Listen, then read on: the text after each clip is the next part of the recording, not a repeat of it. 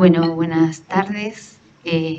Quiero comenzar esta presentación con una fórmula, que es una fórmula sobre la que voy a desarrollar más adelante, que es la fórmula Segmeg y Maa-Bunefer, que es que el corazón se alegre, ¿no?, al ver el lugar bello, el lugar bueno. Y bueno, con esto quiero decir la alegría que significa estar acá en Buenos Aires frente a todos estos colegas. Y bueno, esto es obra claramente de un grupo liderado por Marcelo Campaño, que encaró esta tarea muy difícil y que bueno, exitosamente ha llegado a concretarse. Entonces, como parte, digamos, de las personas que trabajamos en la historia de Egipto en Argentina, bueno, me siento la verdad muy contenta. Y bueno, quiero empezar un poco contando el porqué la presentación conjunta. Tiene que ver con las investigaciones que estamos realizando en la tumba Menmose, una tumba en Sheikh Abelkurna. Ahora voy a contar un poco dónde queda y demás.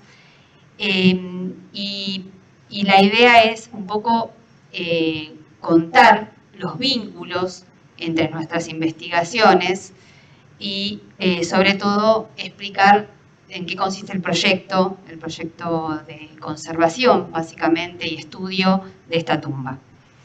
Un segundo que... Ahí va. Bien. Este proyecto es un proyecto interdisciplinario, como la mayor parte de los proyectos que se desarrollan in situ, en el campo, se inició en el año 2019, concretamente en el campo en el 2020, y en las campañas, las dos campañas que llevamos adelante en Egipto, en 2020 y en 2022, lo que hicimos es básicamente un relevamiento del estado del monumento, y además del relevamiento empezamos a desarrollar algunas líneas de trabajo que tienen que ver, por un lado, con la conservación. Se empezó a hacer una limpieza en el interior del monumento, una limpieza en seco, y además de eso se empezaron a hacer consolidaciones en las paredes, tests para comprobar que no hubiera movimientos. Además de eso, un estudio sobre la iconografía, que esto implicó un relevamiento muy detallado de todas las paredes de la tumba, un relevamiento de los textos. Bueno, acá en las fotos que pueden apreciar están todas las personas que formaron parte del equipo en esas campañas desarrollando estas actividades que acabo de mencionar. Me encantaría mencionar a todos, pero a todas. Básicamente, la codirectora del proyecto es Silvana Yomaja, que debe estar por ahí, además de haber participado conjuntamente con Belén Castro y con Silvana Fantecchi en la elaboración de este trabajo. Veo que la línea de tiempo se ve un poco borrosa, pero es muy acotado. Solamente quiero contar desde dónde partimos, con qué contábamos desde el punto de vista historiográfico para encarar este proyecto. Y lo que quiero contar es que la primera mención acerca de esta tumba la encontramos en Champollion, que él numera la tumba con un número previo al que después le va a dar el servicio de antigüedades, con el número 26.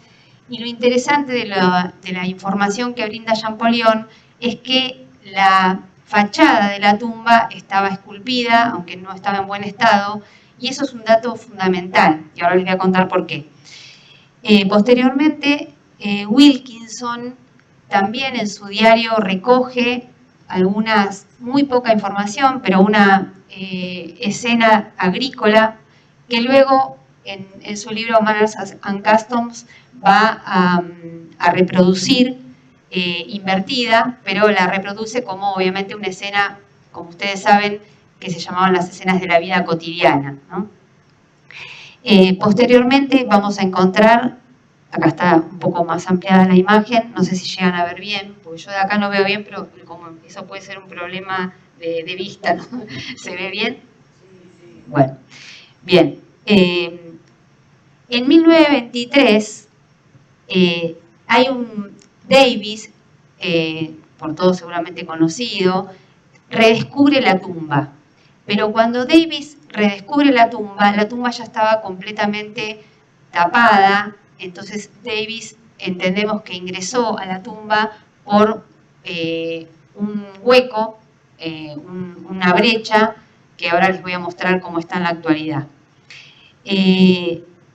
Engelbach, en un catálogo, que es un catálogo aledaño, digamos, posterior al gran catálogo que hace Weigel de las tumbas tebanas, va a mencionar esta tumba y va a dar el título del propietario, pero es muy breve y ahí indica justamente que está tapada la entrada. Tenemos una foto del dintel y las jambas de ingreso a la capilla o a la segunda sala que sacó el Metropolitan Museum en la década del fines del 30 y posteriormente, por supuesto, en el catálogo de tumbas de Porter y Moss aparece una breve descripción de las escenas que se encuentran en la tumba, que es la información, la única información prácticamente con la que contamos cuando empezamos a trabajar. Posteriormente hay una misión japonesa, la Universidad de Waseda va a encarar el trabajo de ingreso más que nada a la tumba de Amenmose y a otras tumbas aledañas que están conectadas por túneles con esta y por un patio, pero no hay un estudio o estudios interpretativos posteriores que realice esta universidad. Hace muy poco tiempo, les diría unos meses, pudimos encontrar una publicación, acá les voy a mostrar muy rápidamente, hay menciones a la tumba que vamos a encontrar en un trabajo de una egiptóloga egipcia, Aber el-Shabawi, que compara lo que ella llama escenas extrañas o poco comunes y toma dos escenas de la tumba y un trabajo de tesis que es el trabajo de Valérie Anguenot, sobre el que algunas cuestiones nos van a ser de utilidad. Muy rápidamente les voy a mostrar entonces qué es lo que teníamos, o las tapas, digamos, de los libros que teníamos, o las inscripciones de diarios con las que contábamos cuando empezamos a trabajar. Esa era toda la información, hasta que en el año 2003, como les decía, encontramos esta publicación, pero escrita en japonés, con una introducción solo en inglés, entonces de muy difícil, digamos, lectura, por supuesto, y además, por supuesto, lo que nosotros pretendemos a partir de ahora es poder dar a conocer en inglés o obviamente en español para poder acceder a esa información. Cuando la misión japonesa trabajó, sacó esta foto, ellos ya pueden sacar algunas fotos en color, y lo que van a hacer es limpiar el patio de la entrada de la tumba 129, pero hoy en día, como verán, esa sería la vista de la entrada, que por supuesto está completamente tapada. La misión japonesa limpió el patio de la tumba 129, que está indicada con una flecha en rojo, la entrada. La tumba 129 es una tumba muy pequeña, anónima, y tiene una conexión directa con la 128, que acá se puede ver una especie de ventana, ¿no?, que está ubicada, de como están mirando ustedes, hacia la izquierda. Pero nosotros entramos hoy por esa puerta y luego por ese boquete que de 50 por 37, que como imaginarán es muy complicado el trabajo con un ingreso de esas características. El Ministerio de Antigüedades, a quienes quiero agradecer en particular, nos dio el permiso para poder encarar entonces la excavación y poder abrir esta zona para poder encontrar la entrada original, que como les mencioné antes, solo la mención la tenemos desde Champollion. Y luego no hay ninguna otra mención a esta entrada. Acá pueden ver un recorte de la montaña donde están señaladas en amarillo las tumbas de los visires de época de Tutmosis III. ¿Y por qué? Porque la tumba ha sido datada justamente en este periodo, para el periodo de Tutmosis III y Hatshepsut, o Hatshepsut Tutmosis III. Pueden ver la tumba 131, no puedo señalar de acá, no hay manera. Bueno, pero la pueden ver hacia donde están mirando ustedes, hacia la derecha, que es la más próxima a la tumba de Amenmose. Por lo tanto, podemos suponer algún vínculo entre esta tumba, porque hay unos 60 metros más o menos entre la tumba del visir Useramón y la de Amenmose, y las tumbas cercanas que mencioné anteriormente. Los otros visires, como ustedes deben ya saber, que la tumba 83 es del visir Amestu, que justamente es el padre, ¿no?, de Useramón, y luego la tumba 100, que más conocida, la tumba de Resmirrá, que podría ser el hijo de Useramón. Ahí se forma como un triángulo, como verán, y también en este sentido lo que quiero destacar, que la tumba de Amenmose está en la parte baja de la colina, donde se ubican la mayor parte de las tumbas de funcionarios de menor rango, ¿sí? La mayor parte de los funcionarios de más alto rango se ubican en la parte alta de la colina, por lo menos para el periodo que se construyó, o en el que se construyó la tumba de Amenmose. Bueno, ¿quién era Amenmose? Amenmose tiene el título, un único título en la tumba, que es el título de Hertinecher en Imen. Es un nombre teóforo, ¿sí?, que está compuesto con el nombre del dios Amón, y por eso es uno de los funcionarios que su nombre fue borrado en época amarniana. Como pueden ver, ahí está reconstruido el texto sobre todo el texto que fue dañado.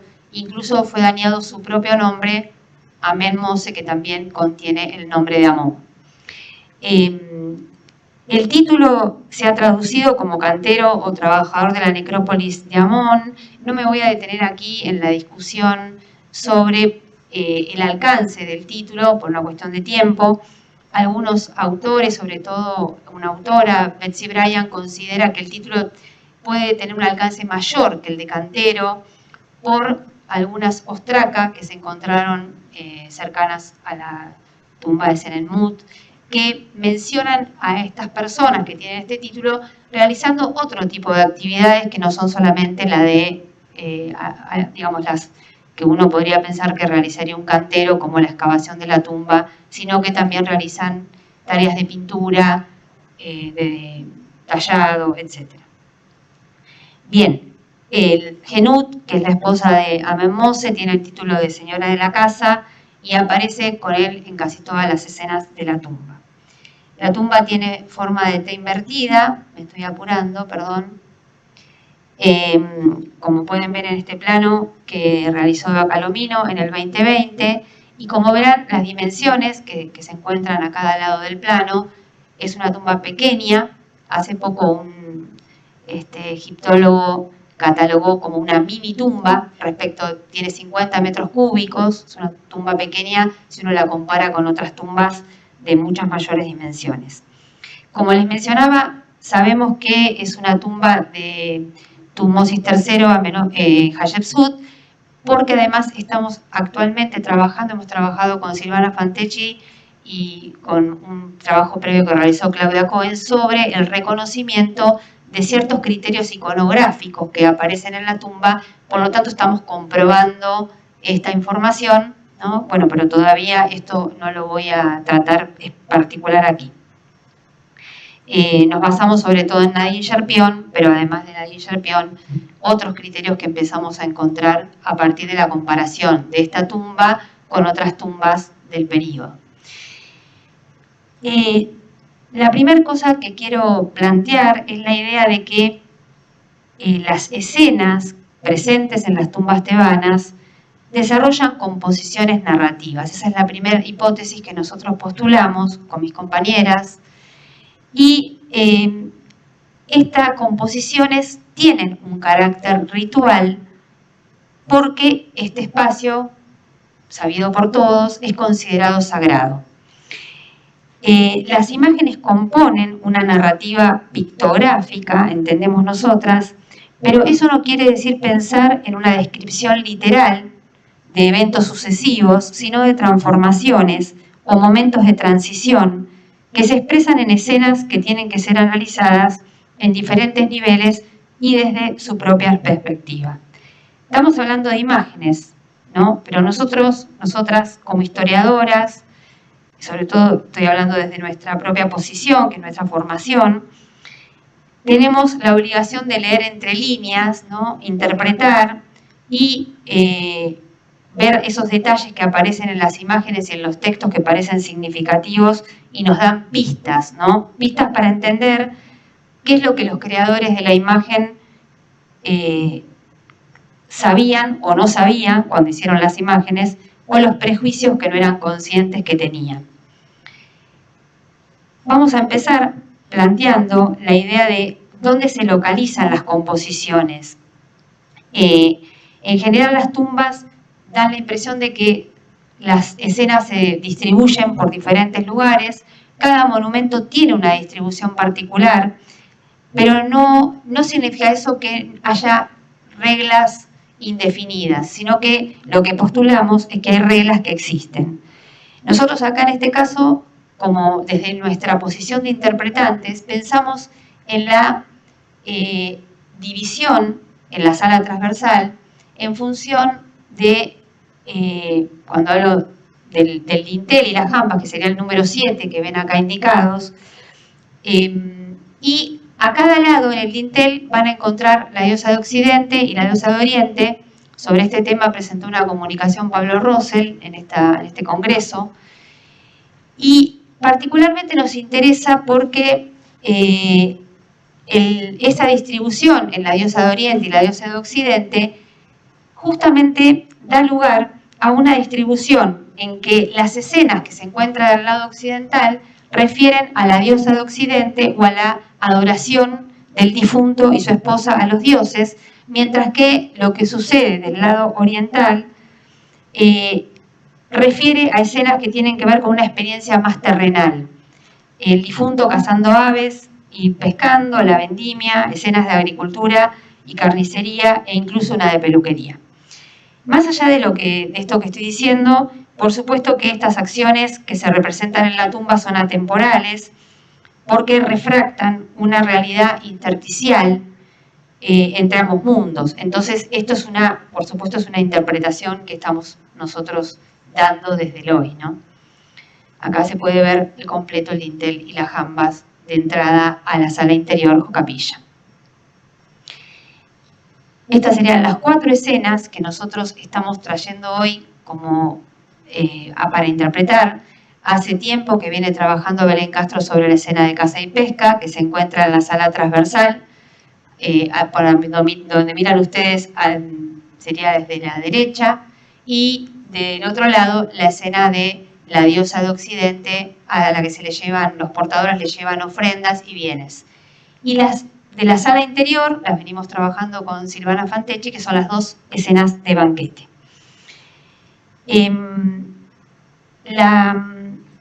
De alguna manera, las escenas de la sala transversal responden a ese criterio, por todos conocido, que es el de punto focal, y estas escenas de puntos focales configuran de alguna manera el estatus del difunto, la identidad, las relaciones familiares, sobre todo en la escena de caza y pesca. Sugieren de alguna manera un mensaje dominante, estas escenas, que se debe transmitir a los observadores en tanto participantes necesarios de los rituales. En la composición no sé si llegan a ver bien estas imágenes, lamentablemente se ven muy claras, ¿no? Son dibujos digitales que ha realizado Silvina Vera de la Universidad Nacional de Tucumán, que está desarrollando todo un proyecto de reconstrucción de toda la tumba en imágenes digitales. Que gentilmente nos dio las imágenes para poder pasar hoy. En el caso de la diosa de Occidente, de Imentet, se configura como un ícono indispensable en esta configuración y relato, ¿no? Porque permite articular el espacio donde está la diosa con la sala interior, y hay comparaciones que pueden hacerse, por ejemplo, con la tumba de Amenemhat, la tumba 82, una tumba muy conocida, donde se reproduce en el mismo espacio la misma escena. Y en ese caso tienen la suerte, en la tumba 82, de tener un texto que acompaña la escena donde destaca la acogida de la diosa, el abrazo de la diosa y la protección de la diosa. Es decir, la diosa activa las fuerzas cosmogónicas y permite la transfiguración de Amenmose, que se encuentra representado de manera vigorosa, de manera controlando un poco el caos, las fuerzas naturales en la escena de caza y pesca. La idea de la prioridad majestática que tiene Amenmose en esa escena tiene que ver con que en otras tumbas donde hay menciones de reyes o tal vez algún cartucho real, es la escena, es la pared o el lugar, el punto focal donde se representa. Por eso Bárbara Engelmann von Carnap considera que esa escena es típica de los funcionarios de menor rango, como es el caso de Amenmose, que coloca esa escena en ese lugar para este periodo. Por otro lado, en la sala interior va a imbuir de sentidos a las escenas de banquete, que vamos a decir, voy a adelantar que la escena de banquete se encuentra en la sala interior en las dos paredes, es decir, hay una doble escena que se encuentra en espejo, pero además en el pasado estaban las estatuas colocadas dentro de esta especie de templo personal, como lo llama Valerian Guénot. Las estatuas, nosotros tuvimos conocimiento de ellas a través de una publicación de Zoe McQueen. Las estatuas, 3 de ellas están en el Museo de Ontario, en Canadá, actualmente, que son las que están viendo en pantalla, que son la del propio Amenmose, su esposa Genut y también Ameya, perdón, la esposa Genut es la que no está perdida. Si alguno alguna vez escucha o ve alguna estatua de una Genut, estamos en busca de ella, porque fueron compradas las estatuas, una colección privada de Olga Daniantopoulos, y fueron vendidas al Museo de Canadá. Lo que se expresa sobre todo en esta sala interior, además, son los vínculos familiares, ¿no?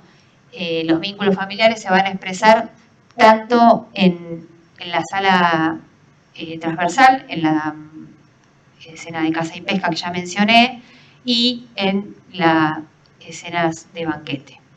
Ahí pudimos detectar, por una inscripción que dice Saef, que en la escena de caza y pesca se representa al hijo, ¿no? en el extremo derecho de la imagen, y el resto de la familia no tiene etiquetas, entonces hay una suposición de que se tratan de las hijas, pero no tenemos esa confirmación.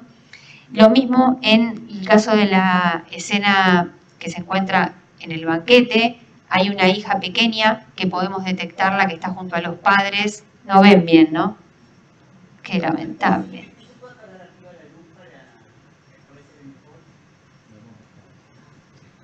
No, bueno. Qué pena. Es muy, muy finita la... Bueno, es una pena. Pero bueno,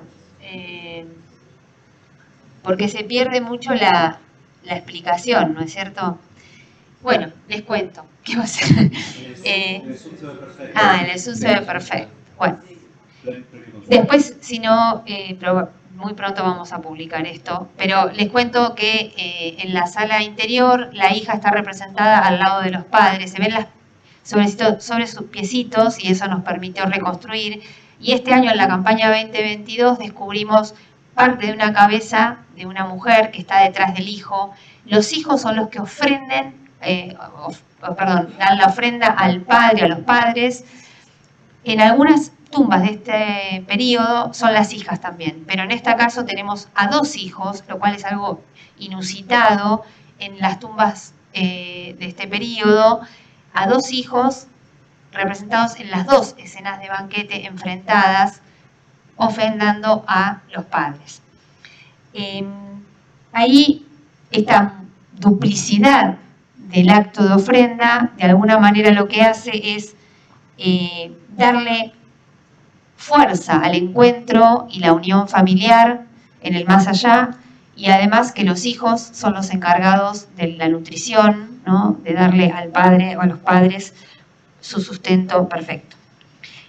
El culto al difunto es otro de los temas, voy a pasarlo rápido porque en realidad al no ver las imágenes es muy complicado. Es otra de las interpretaciones que podemos traer acá respecto de ese templo personal que se hace construir a Menmose en la sala interior. Y en ese sentido vemos que, acá se puede poner un poquito una imagen un poco mejor, ojalá. Lo que vemos es que todas las escenas de banquete están cargadas de estímulos sensoriales, ¿no? La bebida, los conos, el oler los lotos. Y en ese sentido se busca, lo que sucede es que se traspasan los límites de la conciencia. Nosotros nos preguntamos ahí, en realidad, si la posibilidad de que el difunto sea una presencia en esas imágenes representadas. Nosotros pensamos que sí, en cierta forma. Lo que también pensamos en ese sentido es que el hecho de que estuvieran las estatuas, eso refuerza el lugar donde se llevan las ofrendas, y en ese sentido hay prácticas que implican una interacción, ¿no? El hecho de llevar la ofrenda y configurar al difunto como una entidad viva. Y en ese sentido, cuando se atenta, por ejemplo, se destruyen los ojos, las caras de estas imágenes, se atenta de alguna manera contra la memoria, contra la identidad, pero también probablemente contra la presencia del difunto.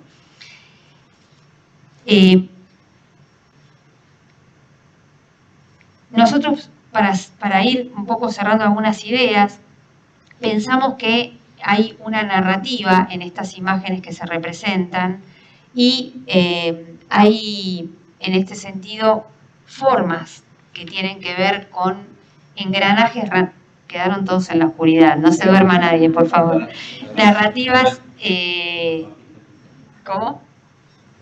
Bueno, hay conectores semánticos entre estas composiciones, pero no hay que confundirlo con lenguaje, ¿no? Porque la imagen tiene medios particulares que nos hacen pensar. Las imágenes operan en ese sentido con una forma propedéutica, ¿no? Quienes la visitaban probablemente lo que hacían, recordaban ese accionar al digamos, participar de los rituales, recordaban y se conectaban con esas imágenes, ¿no? Voy a ser muy breve porque me queda poco tiempo. Entendemos que hay conexiones estrechas entre la imagen y lo que la imagen representa, ¿no? Es decir, una especie de conexión ontológica. Y también creemos que el difunto participa a través de sus ojos de lo que sucede. ¿Y cómo? Bueno, encontramos en varias paredes de la tumba una fórmula, que es la que les mencioné en un comienzo, que es que el corazón se alegre al ver lo bello, ¿sí? Lo encontramos en esas 4, que no ven muy bien dónde están, pero son las 2 escenas de banquete en el interior, y hay también en la escena de caza y pesca y en una escena que no les habíamos mostrado, que puede verse acá, que es la escena de la pared 5, donde él recibe una ofrenda de su hija, una ofrenda, y probablemente también la hija esté en algún museo del mundo porque está perdida la imagen. Bien, muy rápidamente lo que vemos es que esta fórmula se repite. En este sentido, Pablo Rosell y Silvana Fantecchi son los que han trabajado asiduamente con los textos. Lo que vamos a detectar que esta fórmula se repite varias veces. Esta tumba es una de las primeras donde aparece la fórmula y también es una de las primeras donde aparece la escena de las músicas. las músicas representadas en el banquete. Entonces hay una conexión entre las escenas de banquete y esta fórmula que el corazón se alegre. A continuación aparecen dos verbos, en el caso de las escenas de ofrenda y en el caso de la escena de banquete, el verbo recibir, yesep, y de las de caza de aves con boomerang, no todas las de caza, aparece como una idea de ocupación y pasatiempo. Por último, esta campaña usamos luz ultravioleta y logramos descifrar o ver un texto que no se ve con la vista humana, que es un texto que está en la pared 4, que se asocia a los textos anteriores porque tiene la fórmula Maá también, pero esta fórmula Maá, si bien podemos establecer un paralelismo entre las fórmulas que veníamos mencionando, el texto se asocia mucho más a esa idea del control o la inspección del propietario, como ya aparecen desde el Reino Antiguo estas fórmulas, y no es una fórmula que nos convoca a pensar, digamos, en algo particular de este periodo, sino que es una fórmula más extensiva. Y además de lo que habla es de la inspección de los campos, de los agricultores, ¿no? Pero vuelve a repetirse el verbo yesep, o sea que también aparece esta conexión con la ofrenda. Acá tenemos una reconstrucción en una malla texturizada con 3D de toda la escena agrícola, que lo que quiero decir con esto, que también estamos reconstruyendo las escenas y trabajando en ese sentido. Estas fórmulas MA que aparecen, por ejemplo, en la escena de agricultura, remite a la participación del difunto, ¿no? Lo que el difunto ve y espera ver. Es anónimo el discurso porque no es que dice yo estoy viendo, ¿no? Y entonces de esa manera asiste al culto, ¿no? Conservando, digamos, el lazo con los vivientes, su medio social, alimentándose y disfrutando de actividades que alegran su corazón. Es decir, participándose y regocijándose en su capilla, donde se pone de manifiesto la regeneración y el contacto con los dioses. Para cerrar muy rápido, porque estoy un poco pasadita, perdón, básicamente lo que entendemos es que estas imágenes contienen íconos, ¿no? La mesa de ofrenda, el banquete, pero entendemos que hay conexiones entre estas imágenes, no están aisladas, ¿no? Los recortes que encontramos a lo mejor en algunos libros de una parte de la escena no nos permite entender los esquemas, ¿no? Las composiciones narrativas que aparecen en cada tumba, que tienen un valor narrativo, pero además tienen un significado social. El difunto, como dije, es visto y al mismo tiempo participa, y entonces la fórmula manifiesta, ¿no? Esta relación intertextual. Las escenas localizadas en los puntos que no llegaron a ver bien, lamentablemente, las escenas que aparecen en los puntos focales, expresan o generan la relación entre esa diosa, la divinidad, y el propietario de la tumba, pero se posiciona Menmose también en ese punto focal, en el centro de una red familiar y social, perpetuando los lazos hacia el más allá. Y por último, entendemos que el culto al difunto se manifiesta en la sala interior, donde se encontraban las estatuas y las escenas de banquete, creando una especie de templo personal. Muchísimas gracias y disculpas, la verdad es una pena esta